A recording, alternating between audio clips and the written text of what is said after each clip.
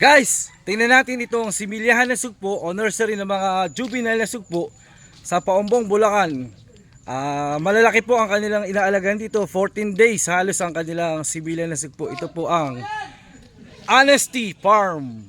Tara po, pasukin natin. Yan, ito po ang Honesty Farm.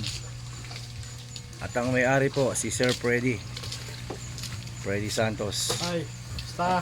Sir, good morning sir. Good morning. Kumusta po ba itong ating hulog nating juvenile na sugpo? Ayos naman yan, hindi maganda, malalaki. Ilang days po yan sir? Usually 14 days naglalabas kami, hindi kami naglalabas na mas mababa sa 14 days. Ayun, Kaya ganyan kalalaki na yan. Quality yung aming pinoproduce. Ilan sir ang nilagay nyo po ngayon sa isang tangke na yan? Sa likod? Dito naglagay kami ng 200,000 na sugpo fry.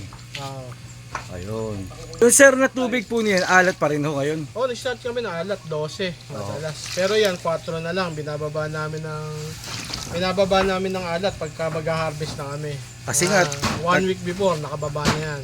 Tag-ulanan nga kasi ngayon, kaya depende sa tabang dito yung mga karamihan ng fly stand, tubig sa fly stand, tabang. Depende sa condition ng water dito sa Bulacan. Kasi kung ano ang water condition dito, doon na namin siya ina-adjust. So mga 1 week pa lang, nag-a-adjust na kayo kami ng water para yung mga similya, condition na condition. Hindi yung kung kailan malapit, saka magbababa. Pag naka-1 linggo na sa amin yung similya, kamukha niya, naka-1 linggo na, mamaya yan, mag-a-adjust na kami. Kasi ang labas naman yan, par 25.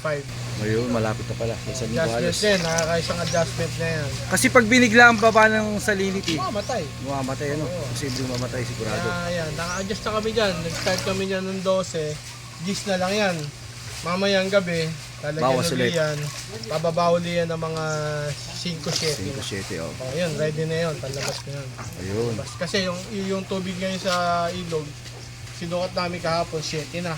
May maganda na pala alat. Maganda na alat ngayon. So, adjust na kami.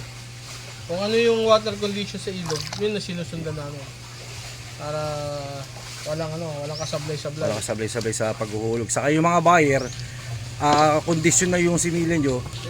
At halos diretso na sa flash daan. Hindi na ihahapa yan, diretso na. Diretso na. Saan po yung matatagpuan itong Honesty Farm? Dito tayo sa Gumitna, sa Pinalagdan, Paumbong, Bulacan. Ang landmark po niya, malapit siya sa... malapit kami sa simbahan ng Inananlaging Saklolo. Mga taga saan naman po yung mga nagiging customer po natin? Meron kami dito, mga tiga Bulacan, Pampanga, Masantol. Ayun. Kaya po sa mga nakakailangan po ng juvenile, dito lang po tayo sa Pinalagdan, Paumbong, Bulacan. Sir Freddy, maraming salamat po. Thank you. Sana po maraming mabuhay sa susunod. Okay, salamat. Thank you po sir. Thank you.